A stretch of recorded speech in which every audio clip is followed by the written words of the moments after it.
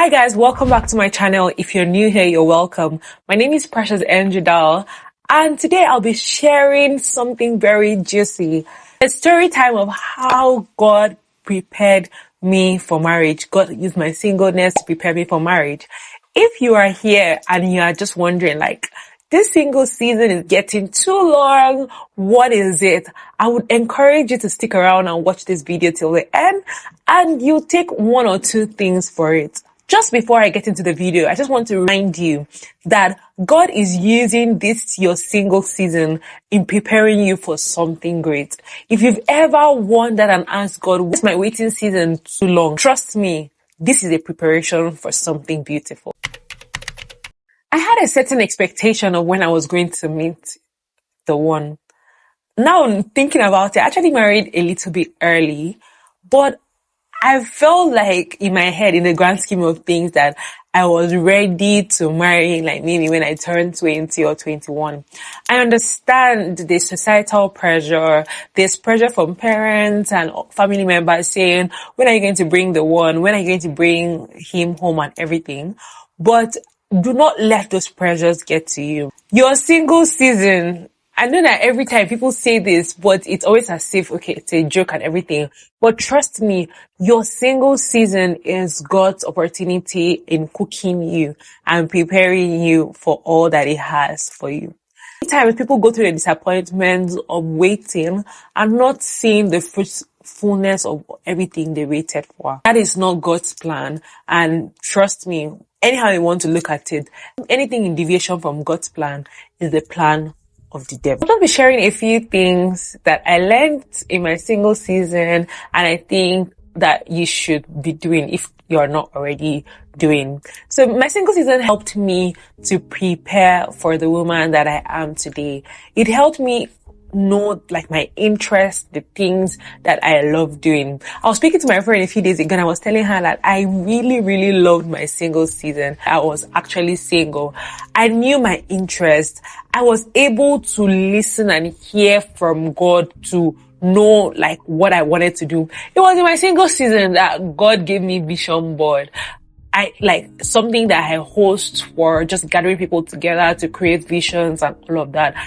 The capital during my single season was go. It really made me know more about myself. And also in my single period, I was open to hosting events, literally just exploring my own personality. And I really love that so much. So if you're somebody that is thinking that when you get married, I'm going to do this when I get married, I'm going to host when I get married. My sister, start hosting Valentine's. Start hosting Christmas with your friends. Do not wait until you get married, because there's some things that when you get married, out of the abundance of the heart, the mouth speaketh. If it was not there, it would never surface, especially with the fact that marriage makes you take up your partner behavior. So if your partner is not somebody that really likes hosting or all of that, trust me, it's not going to come automatically.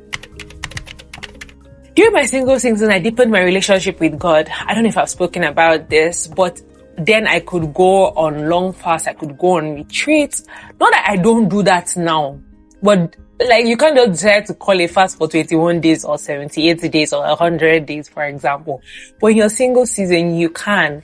I was always able to travel, say, I'm going to my friend's house to go and stay for a while, go for a retreat. It was really nice. I know that you can do these things in when you get married, but if you've not been doing them in your single period and you have this kind of things to share with your husband and that, this is what I've been doing, it will be difficult to get into doing that after you get married. How to add sweetness. Knowing myself made choosing a life partner even clearer.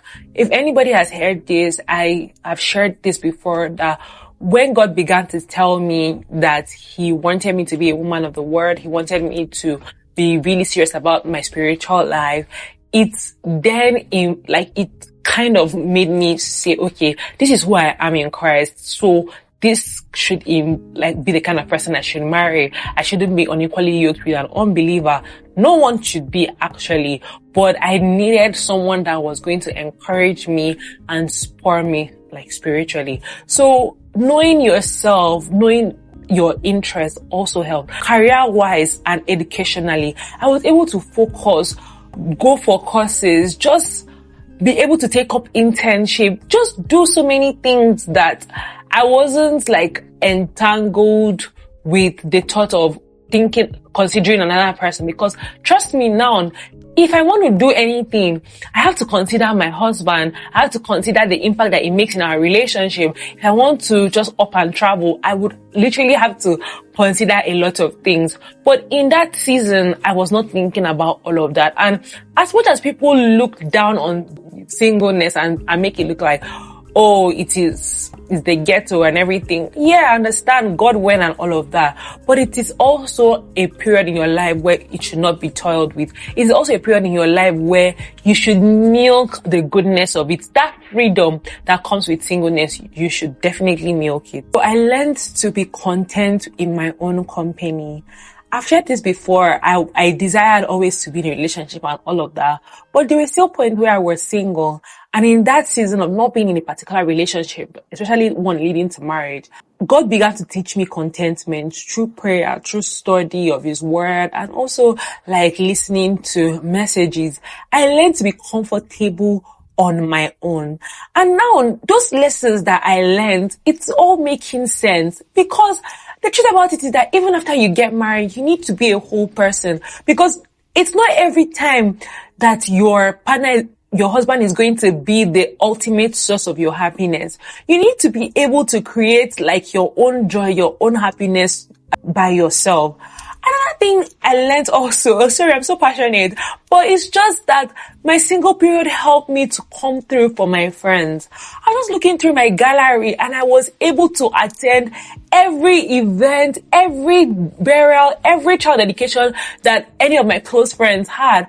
I was able to like show up for them. Now we're in different countries scattered around the world, and we are not able to show up for ourselves as much as we did then. But in those times, I was happy that I was able to show up for my friends. So your single period, use that time to build your friendships. I know people are doing it right now. People are building great female friendships, and I love to see it, because seriously, they would help you in the long run. They will, trust it. Take it from me. My friends, my female friends have come through for me in so many ways, and I am always, always very thankful to God for them. Now, having learned all of those things in my single season, I would say that this has made my journey in transitioning into being a married person a lot more easier. I'm not putting undue expectations on my husband. I'm learning to be content at whatever season we are. I have seen God like take us from glory to glory and work with us for a better future.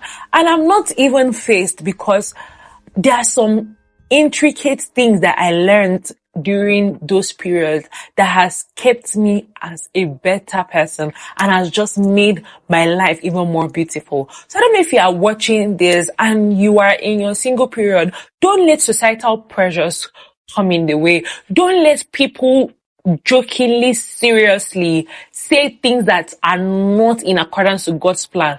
You are allowed to cut them short and say, oh, auntie, don't joke like that with me. I would be gloriously married to the kind of man that God has destined for me. Because many times people try to put their failures or their woe or their expectations on you, saying things like, oh, the kind of man that you're looking for is unrealistic. This kind of man that you're looking for is only in the newspaper that they used to find him. This kind of man that they've already taken them out.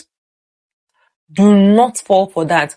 Remember what God told you. Remember what God has promised you, and it will come to pass.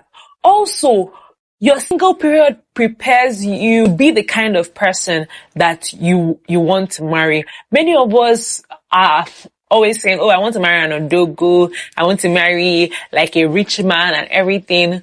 Nobody's saying that anybody's called to suffer. Or me, I'm not calling anybody to suffer. But if the rich man sees you based on where you are now, is he going to come and marry you? Is he going to be with you? Is he going to give his heart towards like working with you to achieve the goal for his life? Are you even what he's seeing in his future? So I just want to encourage somebody today.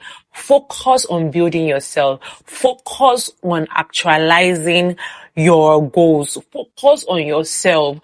See, leave matter for Matthias. When the blessings come, when I don't know if I've shared on this channel before that when the blessing of God comes, it needs to meet you prepared. Because tell me why I went from meeting my husband in November, being serious in a relationship, to getting married in almost April. I won't say that it will happen like that for everybody, but constantly work on yourself so that when opportunity, and it's not easy.